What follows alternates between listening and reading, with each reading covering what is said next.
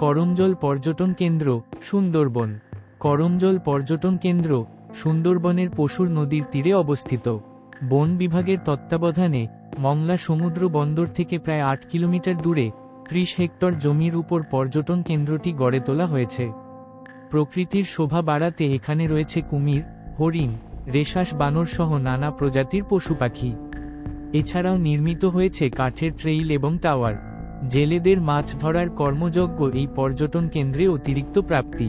বাংলাদেশের একমাত্র কুমিরের প্রাকৃতিক প্রজনন কেন্দ্রটি করমজলে অবস্থিত। মংলা থেকে ইঞ্জিন চালিত জালিবোট বা লাইফবোটে করে করমজল পর্যটন কেন্দ্রে পৌঁছাতে 1 ঘন্টার মতো সময় লাগে। পর্যটন কেন্দ্রের প্রথমেই রয়েছে সুন্দরবনের মানচিত্র, যা সুন্দরবন সম্পর্কে মানচিত্রে প্রাথমিক ধারণা দেয়। সামনে আঁকাবাঁকা কাঠের তৈরি মাঙ্কি ট্রেইল নামের হাঁটা পথ ধরে এগিয়ে গেলে সুন্দরবনের জীববৈচিত্র্যের সমৃদ্ধতা সম্পর্কে অনুমান করা যায়। এই পথে এগিয়ে পশুর নদীর দেখা পাওয়া যায়, চাইলে সেখানে নির্মিত বেঞ্চে বসে বিশ্রাম নেওয়া যাবে। সেখান থেকে প্রায় আধা কিলোমিটার দক্ষিণে পথের মাথায় একটি শেড রয়েছে।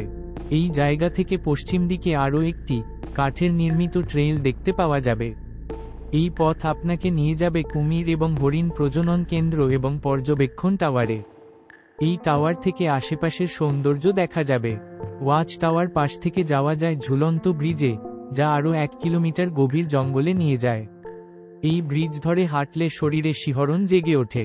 করমজল যেতে পশুর নদী পাড়ি দিতে হয়। এই নদী সবসময়ই কম বেশি উত্তাল থাকে, তাই ভালো মানের ইঞ্জিন নৌকা নিয়ে যাওয়া উচিত। এছাড়া বন রক্ষী ছাড়া জঙ্গলের ভেতরে ঢুকবেন না। হরিণ ও কুমির প্রজনন কেন্দ্রের কোন প্রাণীকে খাবার দিবেন না। করমজল যাবেন কিভাবে? নদীপথে খুলনা থেকে প্রায় 60 কিলোমিটার এবং মংলা থেকে প্রায় 8 কিলোমিটার দূরে এই পর্যটন কেন্দ্রটি অবস্থিত।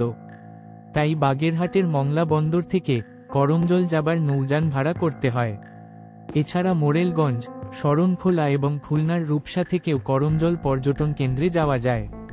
তবে সবচেয়ে ভালো হয় সায়দাবাদ বাস স্ট্যান্ড থেকে সরাসরি মংলা যাওয়ার বাসে করে যাওয়া। মংলা ফেরি ঘাট থেকে 10 জনের উপযোগী ইঞ্জিন চালিত নৌকার ভাড়া করা যায়, তাহলে খরচ সাশ্রয় হবে।